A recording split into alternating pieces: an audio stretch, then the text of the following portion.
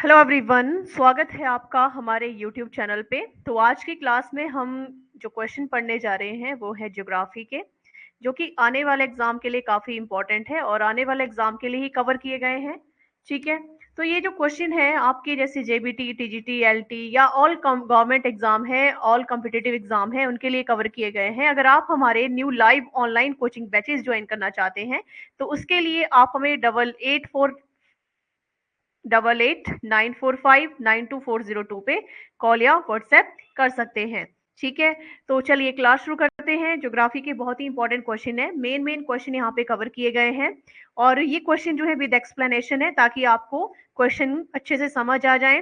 ठीक है, या एक क्वेश्चन से आपके 2 या 3 क्वेश्चन की तैयारी हो जाए। तो क्वेश्चन नंबर 1 से स्टार्ट करते हैं। लक्षद्वीप समूह में द्वीपों की संख्या कितनी है? 17, 27, 37 या 47? तो लक्षद्वीप समूह में कुल द्वीप जो है वो 36 हैं। थर्ड ऑप्शन यहाँ पे सही है। लक्षद्वीप भारत का सबसे छोटा केंद्र शासित प्रदेश है। ठीक है, यूनियन टेरिटरीज है और अरब सागर में स्थित 36 द्वीपों का एक द्वीप समूह ये कहलाता है। तो इसमें 36 राइट आंसर आ जाएगा किसका? लक्षद्वीप समूह में। क्वेश्चन नंबर सेकंड डिस्कस करते हैं। क्वेश्चन नंबर सेकंड है, भारत की सबसे लंबी अंतरराष्ट्रीय सीमा किन देशों के साथ है? नेपाल, पाकिस्तान, चीन या बांग्लादेश? तो सबसे लंबी अंतरराष्ट्रीय सीमा जो बांग्लादेश है उसके साथ लगती है। ठीक है, ये साझा करता है। इसकी कुल लंबाई 4,096 किलोमीटर है। ठीक है, और भारत के अन्य देशों के साथ अंतरराष्ट्रीय सीमाओं की कुल लंबाई की अगर हम बात करें तो सबसे लंबी तो बांग्लादेश की है। चीन की बात करें तो चीन की लगभग 3,488 किलोमीटर तक लगती है। अगर पाकिस्तान की बात की जाए तो पाकिस्तान की 3,323 किलोमीटर और नेपाल की बात करें तो 1,751 किलोमीटर सीमा रेखा साझा होती है। तो सबसे लंबी सीमा जो है वो है बांग्लादेश के साथ। ठीक है, तो ये क्वेश्चन आपको समझ आगे होगा। Next question, question number third discuss करते हैं। क्वेश्चन नंबर 3 है, भारत तथा चीन के बीच सीमा बनाने वाली रेखा क्या है? उसको क्या कहते हैं? रेड क्लिफ रेखा कहते हैं, मैकमोहन कहते हैं, ड्यूरेंट रेखा कहते हैं, स्टेटफोर्ड रेखा कहते हैं? तो भारत और चीन के बीच जो रेखा बनती है उसको बोलते हैं मैकमोहन रेखा। सेकंड ऑप्शन सही है। ठीक है, तो ये मैकमोहन रेखा जो थी 1914 में शिमला कन्वेंशन के दौरान ये खींची गई थी और ये ब्रिटिश भारत और तिब्बत के बीच की सीमा को भी निर्धारित करती है। जबकि रेड क्लिफ रेखा की बात करें, क्वेश्चन जो ऑप्शन 1 है, भारत और पाकिस्तान के बीच की रेखा है, भारत पाक के बीच की रेखा है। ठीक है, ड्यूरेंट रेखा की बात करें थर्ड ऑप्शन की, तो ये भारत और अफगानिस्तान के बीच है, भारत अफगानिस्तान के बीच की रेखा को बोलते हैं ड्यूरेंट रेखा। ठीक है, और स्ट्रेट फॉरवर्ड रेखा जो है ये किसके बीच अंतरराष्ट्रीय सीमा कोई भी नहीं है, मतलब स्ट्रेट फॉरवर्ड रेखा कोई भी नहीं है। तो ये 3 जो है आपको क्लियर हो गई होंगी। अगर क्वेश्चन रेड क्लिफ से रिलेटेड है, भारत पाकिस्तान से रिलेटेड, तो रेड क्लिफ करना है। भारत अफगानिस्तान से रिलेटेड है, ड्यूरेंट कर लेना है। और भारत और चीन से रिलेटेड है तो मैकमोहन राइट कर लेना है। ठीक है, तो ये 3 क्वेश्चन यहीं से आपके कवर हो जाते हैं। क्वेश्चन नंबर 4 डिस्कस करते हैं। क्वेश्चन नंबर 4 है, भारत का कौन सा भू आकृतिक विभाग प्राचीनतम है? उत्तर पर्वतीय प्रदेश, गंगा ब्रह्मपुत्र का मैदान, प्रायद्वीपीय पठार या समुद्र तटीय मैदान? तो इसमें सही आंसर आ जाएगा ऑप्शन 3, प्रायद्वीपीय पठार।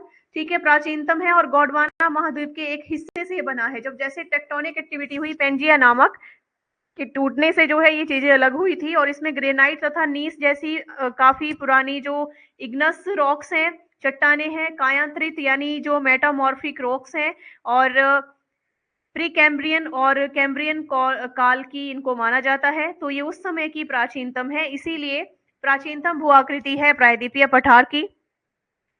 ठीक है, नेक्स्ट क्वेश्चन डिस्कस करते हैं। क्वेश्चन नंबर 5,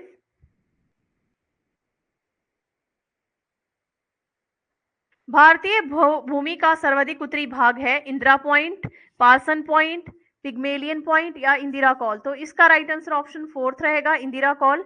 ये काराकोरम रेंज में सियाचिन मुजताग में स्थित है और यहीं पर भारत, पाकिस्तान, चीन की सीमाएं मिल जाती हैं आपस में। भारत, पाकिस्तान और चीन की सीमाएं जो है आपस में मिल जाती हैं इस वाले पॉइंट पे, तो इसको बोलते हैं इंदिरा पॉइंट। ठीक, sorry, Indira call. Indira point की बात करें तो भारत का सबसे दक्षिणी बिंदु है। ठीक है। और जो अंडमान निकोबार द्वीप समूह में स्थित है, अगर बात करें पार्सन की, तो पार्सन इंदिरा पॉइंट के ऐतिहासिक नामों में से एक ही है। और पिग्मेलियन की बात करें तो पिग्मेलियन इंदिरा पॉइंट का पुराना नाम आ जाता है, तो ये पुराने नाम इसी के हैं। ठीक है, और इसका राइट आंसर इंदिरा कॉल रहेगा। चलिए नेक्स्ट क्वेश्चन 6 डिस्कस करते हैं। क्वेश्चन नंबर 6 है, ड्यूरेंट लाइन निम्नलिखित दो देशों के बीच की सीमा बनाती है। तो अभी हमने पढ़ा है किसकी सीमा को बनाती है, पाकिस्तान। ड्यूरेंट लाइन जो है पाकिस्तान और अफगानिस्तान के बीच की रेखा है।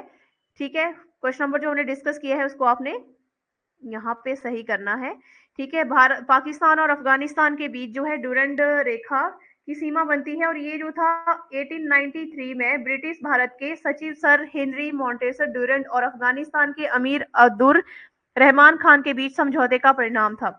इसे अफगानिस्तान पर ब्रिटिश प्रभाव के क्षेत्रों को निर्धारित करने के लिए स्थापित किया गया था। तो ये आपने याद रखना है, पाकिस्तान अफगानिस्तान। ठीक है, भारत और पाकिस्तान की बात करें तो रेड क्लिफ रेखा आती है। ठीक है, रेड क्लिफ रेखा जो है भारत पाकिस्तान की है। अगर भारत और चीन की बात करें तो मैकमोहन आ जाती है, और संयुक्त राज्य अमेरिका की बात करें और मैक्सिको की बात करें तो उसके लिए बीच की सीमा को मुख्य रूप से रियो ग्रांडे नदी द्वारा निर्धारित किया गया है। तो ये इसका राइट आंसर रहेगा पाकिस्तान और अफगानिस्तान। ठीक है, ऊपर क्वेश्चन में हमने भारत और अफगानिस्तान किया है शायद ड्यूरेंट लाइन का, तो ये पाकिस्तान अफगानिस्तान आपने याद रखना है। चलिए नेक्स्ट क्वेश्चन डिस्कस करते हैं। क्वेश्चन नंबर 7, भारत में निम्नलिखित में से किस राज्य की तटरेखा सबसे लंबी है, महाराष्ट्र, केरला, गुजरात, पश्चिम बंगाल। तो इसमें गुजरात सही आंसर रहेगा। ठीक है, गुजरात की तटरेखा लगभग 1290 से 1600 किलोमीटर तक लंबी है, और अन्य भारतीय राज्यों की तुलना में सबसे अधिक है। ठीक है, गुजरात सबसे लंबी तटरेखा वाला राज्य है। केरला की बात करें तो ये इसकी तटरेखा गुजरात से छोटी है, और पश्चिम बंगाल की बात करें तो इसकी तटरेखा भी गुजरात से छोटी है। ठीक है, तो ये इसका राइट आंसर गुजरात आएगा। एंड नेक्स्ट क्वेश्चन है क्वेश्चन नंबर 8।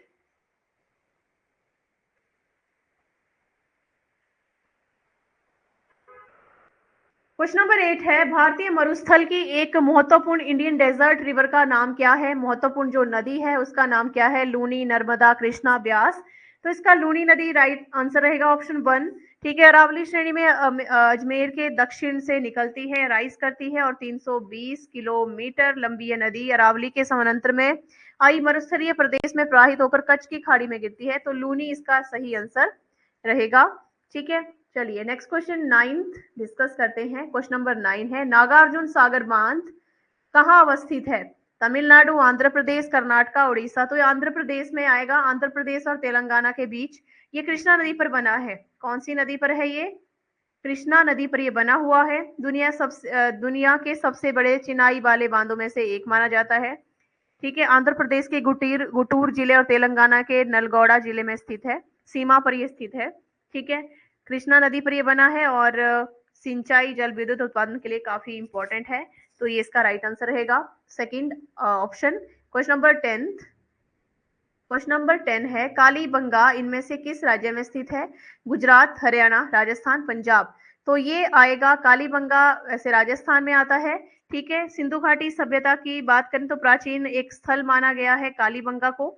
ठीक है, और ये राजस्थान के हनुमानगढ़ जिले में घग्गर नदी के किनारे स्थित है। ठीक है, तो ये यहाँ पे स्थित है, और इसका मतलब है काले रंग की चूड़ियां। ठीक है, काली चूड़ियां इसका मुख्य अर्थ है। तो राजस्थान याद रखेंगे। Next question, question number 11। Question number 11 है, कौन सी नदी बंगाल की खाड़ी में नहीं गिरती है, महानदी, कृष्णा, ताप्ती, गोदावरी। तो ताप्ती जो नदी है बंगाल की खाड़ी में नहीं गिरती है। ताप्ती नदी पश्चिम की ओर बहती है, पश्चिम की ओर बहती हुई अरब सागर में गिरती है। ठीक है, और महानदी, कृष्णा, गोदावरी नदियां बंगाल की खाड़ी में गिरती हैं। तो ये आएगा इसका right answer, Tapti. Next question, question number 12। Question number 12 है, निम्नलिखित भारतीय राज्यों में से किससे होकर कर्क रेखा नहीं गुजरती है, नहीं गुजरती है पूछा गया है। यूपी, मध्य प्रदेश, गुजरात, झारखंड, तो यहाँ पे यूपी सही आंसर रहेगा, यहाँ से होकर कर्क रेखा नहीं गुजरती है। ठीक है, तो ये 8 राज्यों से, 8 स्टेट से होकर गुजरती है। कौन-कौन से? एक तो हमारा गुजरात आ गया, गुजरात के अलावा झारखंड भी है, ठीक है, मध्य प्रदेश भी है, राजस्थान है, ठीक है, राजस्थान के अलावा पश्चिम बंगाल, पश्चिम बंगाल, त्रिपुरा, मिजोरम से होकर गुजरती है। तो ये हो गए 8 राज्य, 3, 4, 5, 6, 7 और एक आ गया। कौन कौन से? गुजरात, राजस्थान, मध्य प्रदेश, छत्तीसगढ़। ठीक है, तो 8 हो गए। छत्तीसगढ़, तो इन राज्यों से होकर जो है वो कर्क रेखा गुजरती है, बल्कि उत्तर प्रदेश से होकर नहीं गुजरती है। ठीक है, नेक्स्ट क्वेश्चन, क्वेश्चन नंबर 13। कौन सी अक्षांश रेखा भारत के मध्य से होकर गुजरती है? कर्क, मकर, विषुवत या आर्कटिक? तो अक्षांश रेखा जो है वो कर्क है, जो कि 8 राज्यों से होकर गुजरती है, और भूमध्य रेखा के उत्तर में 23.5 डिग्री के कोण पर ये स्थित है। ठीक है, और भारत के लगभग 8 राज्यों से होकर गुजरती है, जिसमें देश की जलवायु प्रभावित होती है। ठीक है, तो ये इसका राइट आंसर है ऑप्शन ए, यानी 1। Next question number 14। निम्नलिखित में से किस राज्य से होकर कर्क रेखा नहीं गुजरती है? ओडिशा, गुजरात, राजस्थान, पश्चिम बंगाल। फिर से क्वेश्चन जो है उसी तरह से रिपीट हुआ, लेकिन ऑप्शन यहाँ पे अलग है। तो यहाँ पे ओडिशा सही आंसर रहेगा, ओडिशा से होकर नहीं गुजरती है। ठीक है, गुजरात, राजस्थान, मध्य प्रदेश, छत्तीसगढ़, झारखंड, पश्चिम बंगाल और त्रिपुरा, मिजोरम से होकर जो है ये गुजरती है। 8 राज्यों से अभी हमने डिस्कस किया है। ठीक है, चलिए नेक्स्ट क्वेश्चन है क्वेश्चन नंबर 15। क्वेश्चन नंबर 15 है, भारत का सबसे बड़ा ज्वार नदी मुख या ज्वार नदी मुख लार्ज एस्ट्रेस किस नदी के मुहाने पर स्थित है? तो ज्वार नदी मुख जो है हुगली, भागीरथी या गोदावरी या कृष्णा?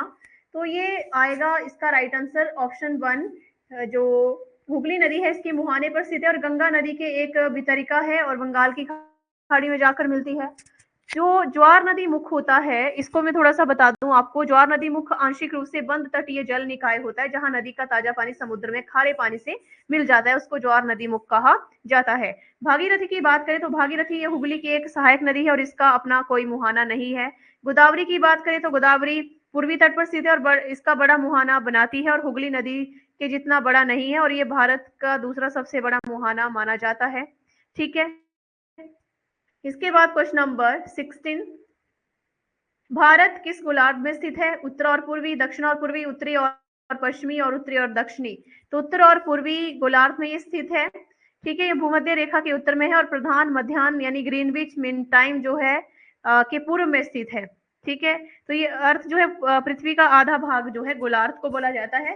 ठीक है, तो उत्तरी गोलार्ध मतलब जो भूमध्य रेखा के उत्तर नॉर्थ साइड में स्थित है, तो वो आ जाता है। तो ये ऑप्शन 1 इसका सही आंसर आएगा। And question number 17। Question number 17 है, भारत का एकमात्र शीत मरुस्थल है, तो लद्दाख, पूर्वी कामेंग और लाचेन या चंबा? तो इसका लद्दाख शीत मरुस्थल रहेगा। ये हिमालय में स्थित एक उच्च ऊंचाई वाला ठंडा रेगिस्तान है, जहां बहुत कम वर्षा होती है, और क्योंकि यह वर्षा छाया क्षेत्र आता है, इसीलिए लद्दाख यहाँ पे रहेगा। ठीक है, एंड नेक्स्ट क्वेश्चन है क्वेश्चन नंबर 18। वर्तमान में भारत के किस स्थान को सफेद पानी के नाम से जाना जाता है? तो सफेद पानी के नाम से सियाचिन दर्रा जो है, ग्लेशियर जो है, सियाचिन ग्लेशियर को कहा जाता है। ठीक है, और काराकोरम पर्वत श्रृंखला में ये स्थित है, और अपनी बर्फ से ढकी विशाल सतह के कारण ये इस नाम से प्रसिद्ध है, सियाचिन ग्लेशियर। इसका जो नाम है, बर्फ से ढका रहता है, और इसकी सफेद बर्फीली सतह के कारण इसको उपनाम दिया गया है। ठीक है, नेक्स्ट क्वेश्चन 19।